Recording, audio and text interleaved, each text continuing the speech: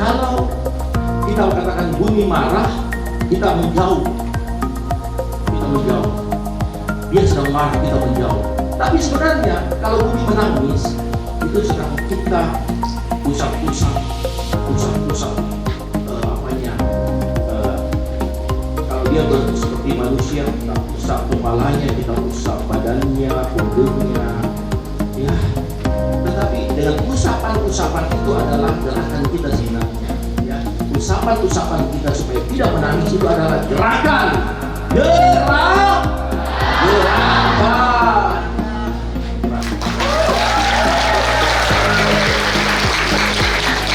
Dari pemaparan materi barusan mengenai lingkungan hidup, saya tertarik pada sebuah kalimat, yaitu lingkungan hidup masa kini sedang menuju titik puncak keruntuhan.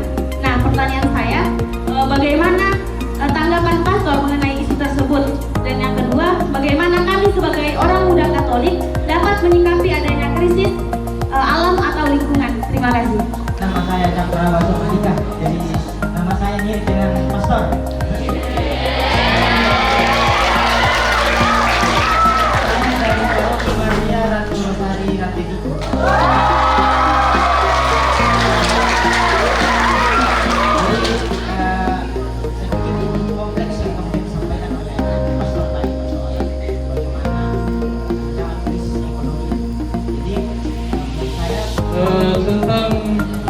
Tentang kerusakan, keruntuhan. Ya, memang Paus Fransiskus itu dalam pernyataannya itu sudah menegaskan bahwa kita ini sedang menuju pada titik keruntuhan, kemunafan. Maka jangan sampai itu terjadi. Ya, Paus Fransiskus itu punya harapan yang besar melalui gereja, ya. Gereja itu kan menjadi sebenarnya harus menjadi teladan. Gereja itu adalah kita. Mungkin kalau kita bilang, hanya gereja saja ya yang mengkampanyekan hal-hal ekologis, sementara saudara-saudara kita yang lain, tidak peduli, mereka sembarang saja buang sampah, tidak peduli pada lingkungan dan seterusnya.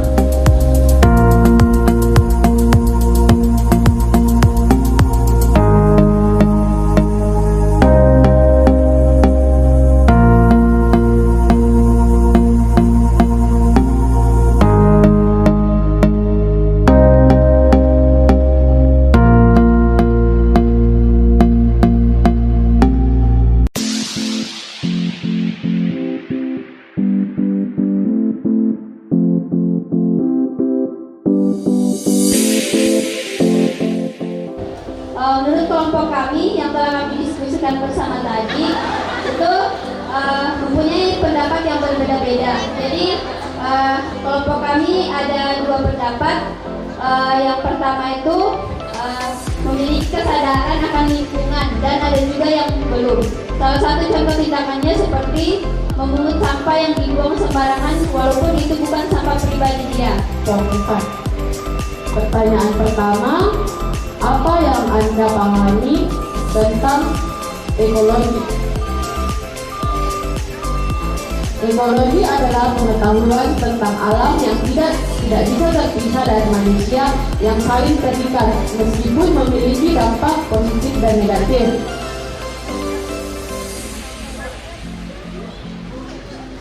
Pertanyaan yang kedua, apakah Anda sudah memiliki kesadaran cinta akan lingkungan? Kalau sudah, seperti apa tindakannya? Kalau belum, apa hambatannya?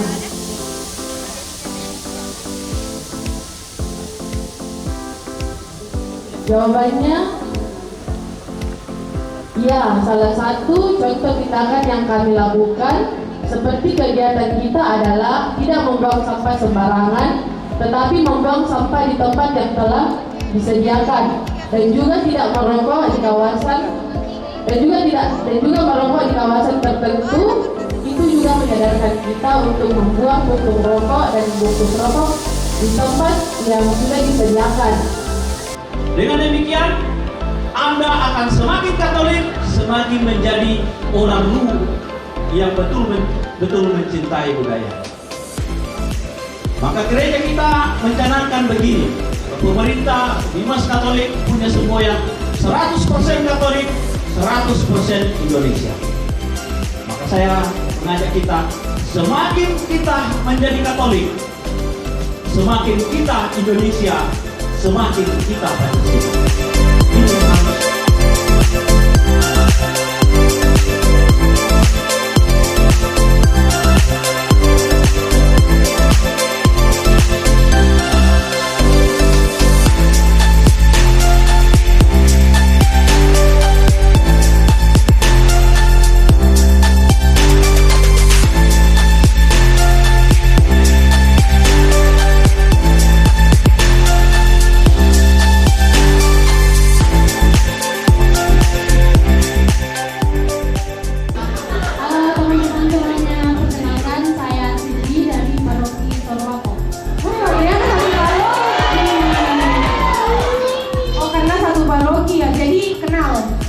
Kita mempersembahkan boleh ini akan membawakan sesi tua ini.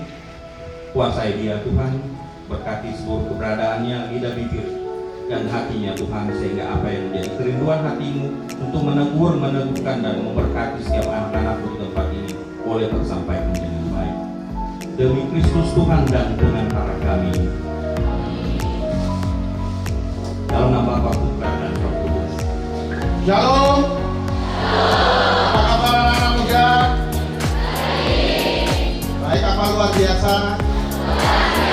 Luar biasa atau baik? Kalau yang baik apanya yang baik? Hatinya yang baik. Kalau luar biasa apanya yang luar biasa? Kalau pada bingung kan? Bingung kan? Baik, saya dipanggil apa adik-adik ya? Adik-adik atau apa? Anak-anak kan ada ya? Atau berada dan sister biar santai saja, nggak usah tegang, santai saja ya. Pada siang hari ini saya sedang tidak untuk mengajar di mana berada dan sister, adik saya tidak mengajar, tapi saya hanya sharing ya.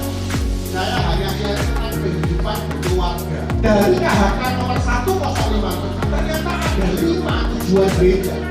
Menurut saya pribadi ada 5 tujuan gereja, ada 5 poin yang adik-adik harus tahu. Tidak nanti saya akan sharing bagaimana. Oke? 5 poin itu apa aja? Yang pertama, itu next.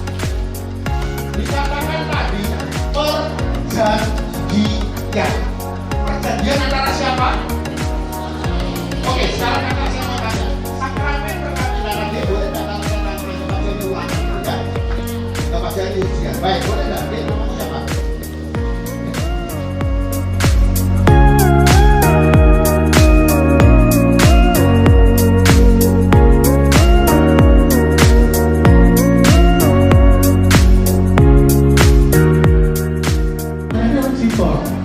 Atau misalnya seperti begini, Kak, kalau kakak punya uang terbatas mau diapain? Setuju atau sepakat dengan tidak adanya kelahiran anak, maka 10 tahun atau 20 tahun ke depan status waspada kemungkinan akan ditutup karena tidak akan ada kelahiran lagi.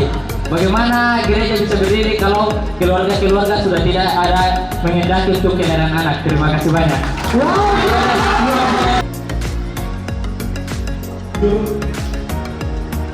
Di mana orang dapat mengeksploitasikan kehidupan iman dan maknanya. Jadi dia bicara cerita secara jujur tentang imannya, tentang apapun itu dan artinya. Dan fokusnya adalah pada relasi. Cara pendekatannya orang muda banget nih. Misalnya kita awal kita selalu undangan. Selalu undangannya kita bukan biasanya kan selalu undangan di paroki terdatang di lingkungan misalnya di lingkungan.